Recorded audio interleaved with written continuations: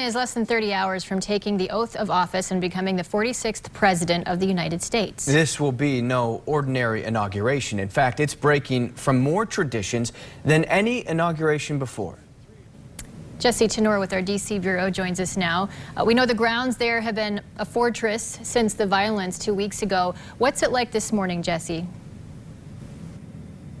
Yeah, good morning, Teresa and Casey. It's still about the same, at least when you talk about that small perimeter that is around the Capitol. But today's focus of the inaugural festivities will be on the COVID-19 pandemic and how the new administration is going to get to work right away after they're sworn in.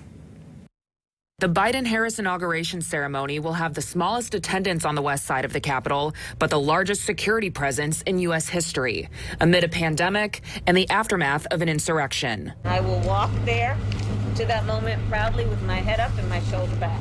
Vice President-elect Kamala Harris remains undeterred by any potential risks, and she will take her oath not before a crowd of people, but a sea of flags, representing another threat, the coronavirus. We're going into Wednesday knowing that we're ready to do the work. The 200,000 U.S., state, and territorial flags on the National Mall recognize the nearly 400,000 Americans who have died from COVID-19. Harris and President-elect Joe Biden will honor them tonight with lights at the Lincoln Memorial Reflecting Pool. The health of the nation is literally at stake. In his first 100 days in office, Biden will work to provide 100 million doses of the vaccine and pass a nearly $2 trillion COVID-19 relief package. There is a lot to do. Some would say that ours is an ambitious goal, but we do believe with hard work and with the cooperation and collaboration of the members of the United States Congress that we can get it done. President Donald Trump has not made any public statements this week and will skip the inauguration for his own departure ceremony. But in her farewell address, First Lady Melania Trump called on every American to help end the pandemic. Every life is precious, and I ask all Americans to use caution and common sense. And a virtual event tonight will also celebrate the country's diversity, highlighting the contributions of the Black, Latino, Asian American, and Pacific Islander communities, including the Vice President-elect herself, who is slated to speak. Live in Washington, I'm Jesse Tenor. Jesse, the inauguration at noon tomorrow, but then after that, like you said, it's kind of back to work.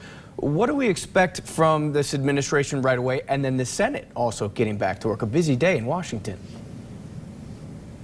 Yeah, most definitely. There's still going to be a lot of pomp and circumstance, even though the crowd will be a lot smaller and there won't be that huge parade that everybody's used to seeing. There will still be going to Arlington even to lay the wreath like we usually see.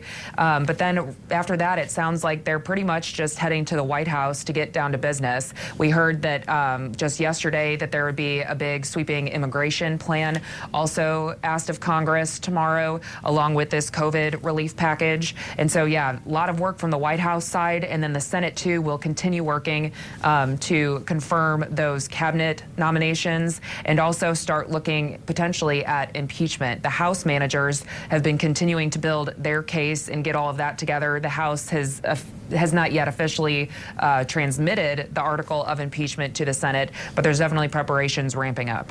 That's Jesse Tenor, our D.C. Bureau correspondent, joining us this morning. Thank you, Jesse.